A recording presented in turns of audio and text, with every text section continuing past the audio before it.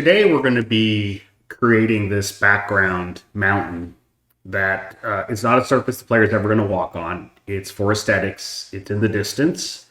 And so we're going to actually create this mountain and then load it into the scene. And then we could probably create a couple different variations of mountains. At the end, we'll kind of look at the whole scene pulled together. But that's today's tutorial. All right, we're going to start off in Blender, and we need to create our mountain. Fortunately, there's a plugin. Your preferences, and add the ant landscape plugin in object mode under add mesh. You can do landscape, and before you do anything, I tend to open this up. These are the settings that I ended up using. I increased the subdivisions to 256 by 256. My mesh size is 400 Unreal units by 400 Unreal units. I set my size X 400, my size Y to 400, my height to 400, and my maximum 375. What that does is created a mountain. Well, that is not the mountain I created earlier. All right, so the good news is we have our first mountain. It's not exactly the mountain we want. So let's open the sidebar.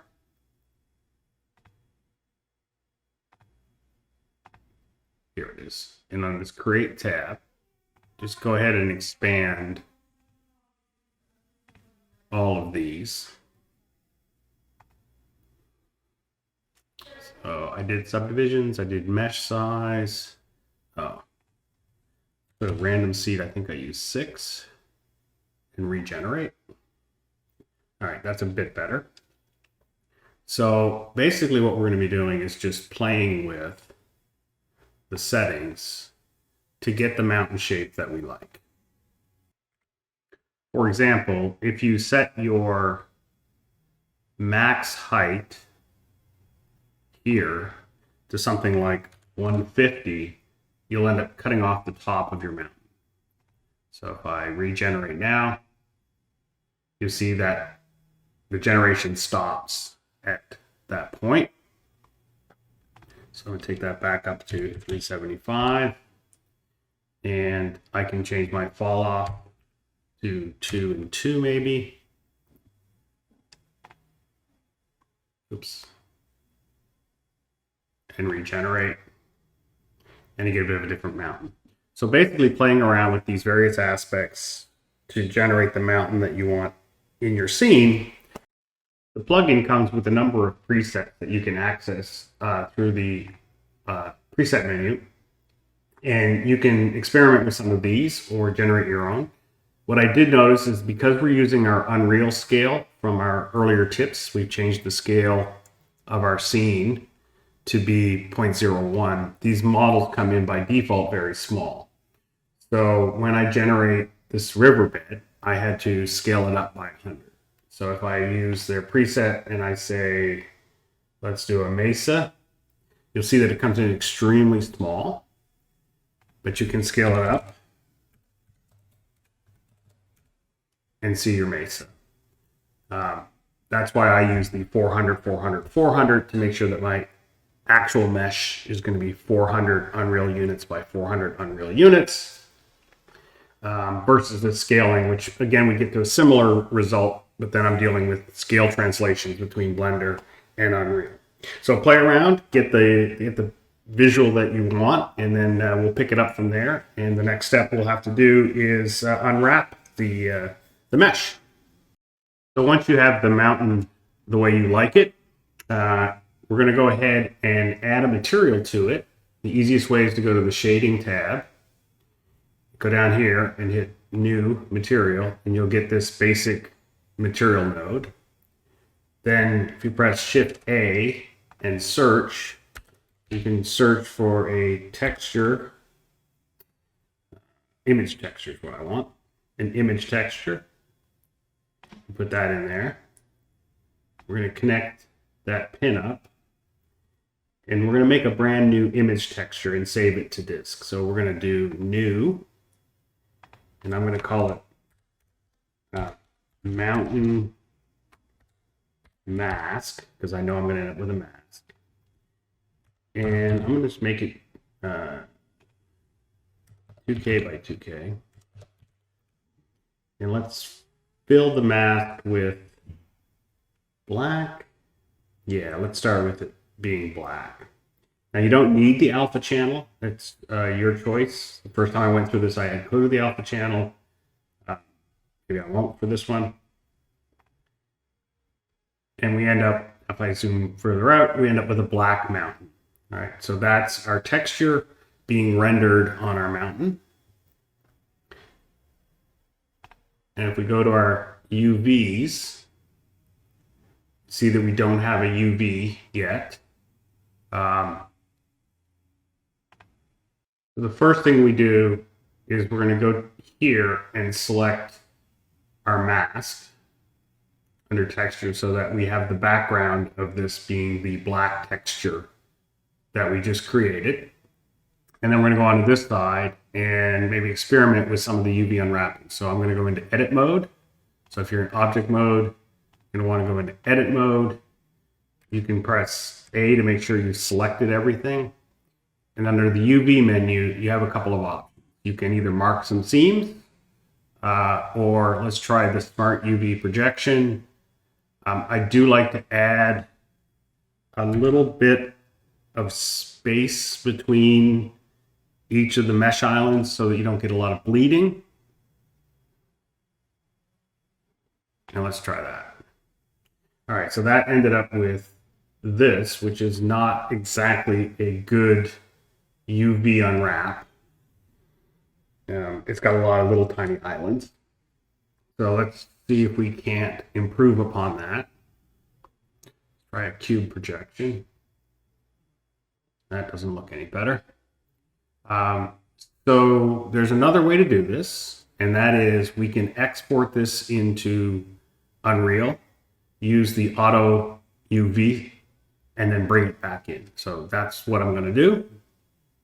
Okay, after taking the model, exporting it out of Blender, importing it into Unreal, going into the modeling tab, doing the auto UVs, and then re-importing the model back into Blender, we have a much better UV map. So things are spaced out better and they're more continuous, and you can see kind of where Unreal put the seams. So here's our starting point. So at this point, we've got our black mask behind here, and we've got our mesh over here. All right, so all the black is being applied. Now we can go into our texture paint mode, and using our paintbrush, we can start to paint on our mesh. All right, so we could basically freehand paint this mountain the various colors that we want. Or what I've done is I find it quite useful to do a gradient. So let me stop and explain how that gradient is assembled, and then we'll come back here and paint this mountain with the gradient. So when we texture paint our model in Blender, we're going to be using a gradient fill. And after some experimentation, these values seem to work well for what I was trying to accomplish. Obviously, experiment with whatever you want, but our gradient is going to be broken down into a component mask inside of our material. And so what we're really trying to do is quickly paint our red, green, and blue channels, which when we're in our material editor, we're going to have a base material of ground. Then we're going to have a material that's sort of a hill / cliff side. We're going to have a material of snow, and we're going to have a material of mud. And so we're going to use the blue channel to indicate that we want mud at the base of our mountain, and then gradually reducing as we hit the higher altitudes, and there should be no mud at the top of the mountain. Conversely, snow should be at the top of the mountain and then work its way down and be almost gone by the time we get halfway down the mountain. And the hillside or the rocky face will transition out of the mud into the more rocky area of the mountain, which is here. So I set my gradient up like this, where I have 0, 0, 1 in the first position. I have 0, 0, 9 in the second position. In my middle position, I have 0.5, 0.3, 0.6. In the yellow, it's 0.9, 0.7, and 0. And then finally, at the peak of my mountain, it's 0, 1, and 0.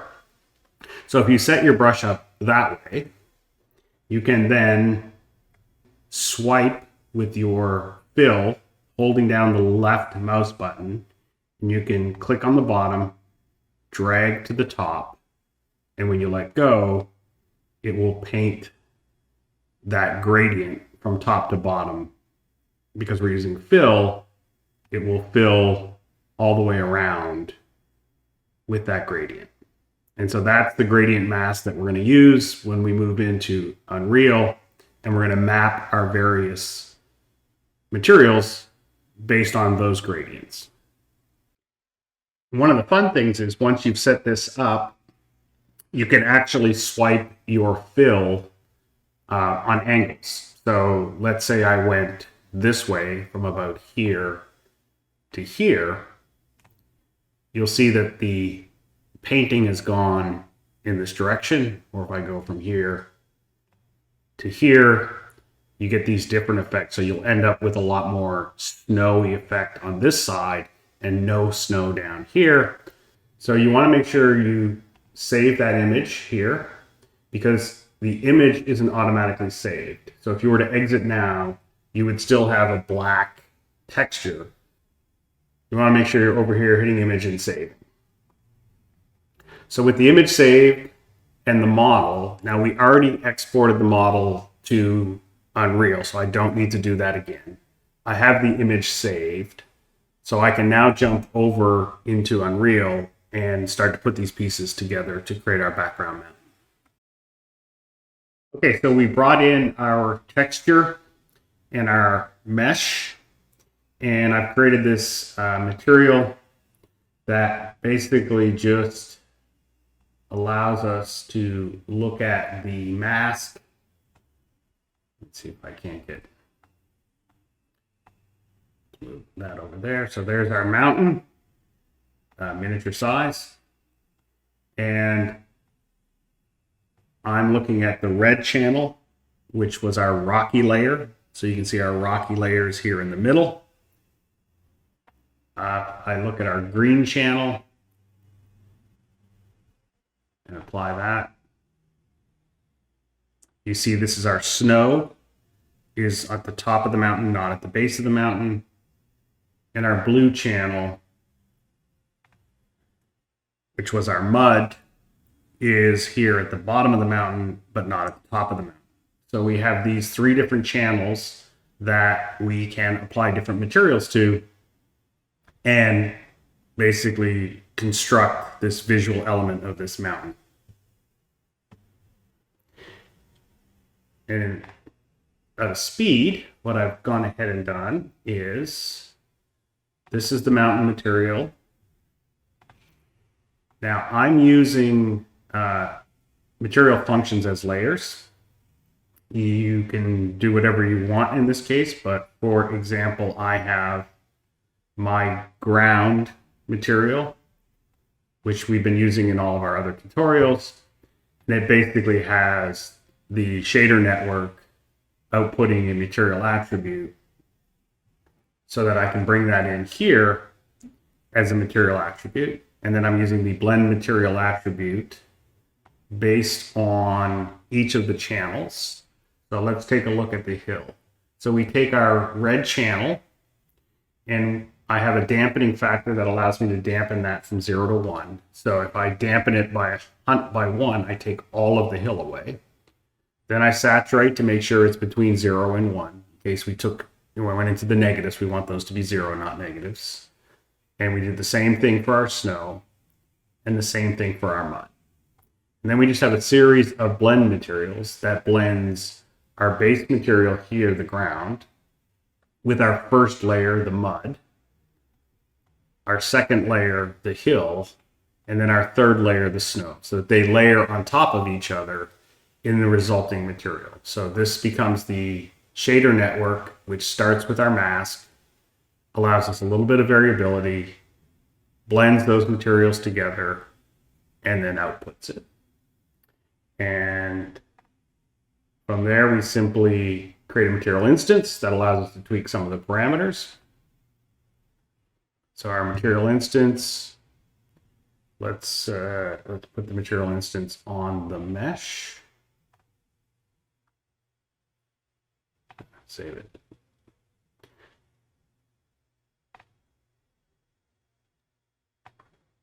So I'm going to take the material instance, place that on the mesh, and pull up the, let's do it this way. Put the camera about here. Pull up our material instance. Scroll down to our layering, and these are the values I currently have. In my dampening fields, remember this allows us to cut certain aspects away. So let's put those all back to 0.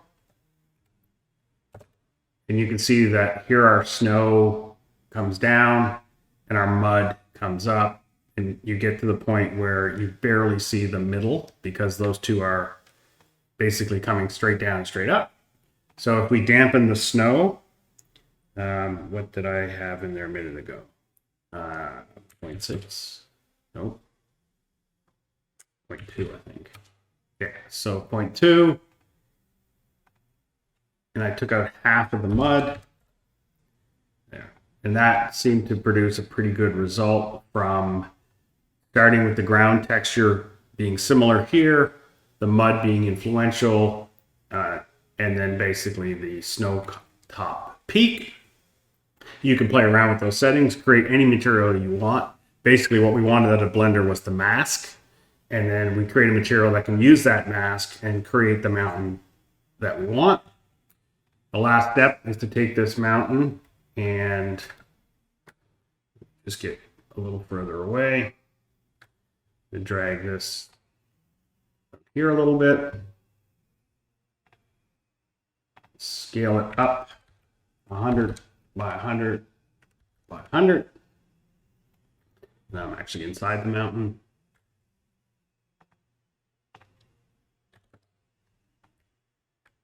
So there's our mountain. We're going to move it a little ways away from the island, sink it down into the water so it breaks the water plane. And then we can actually copy that if we want, move it over here, give us a different rotation, maybe sink it in a little bit, scale it to 75, like that probably. So that's a very different looking mountain. And we could create a different material instance if we wanted to make a different material instance. We could create a different mask. We could go back into Blender, change our mask, and apply just the mask to that mountain. But basically what that does is now if we go into our level, and let's play from about here.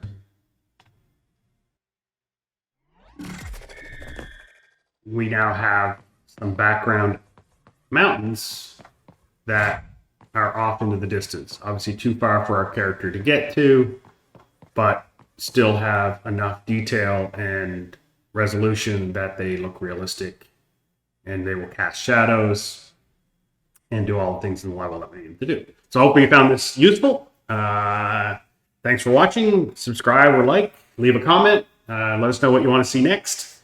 But we'll keep going.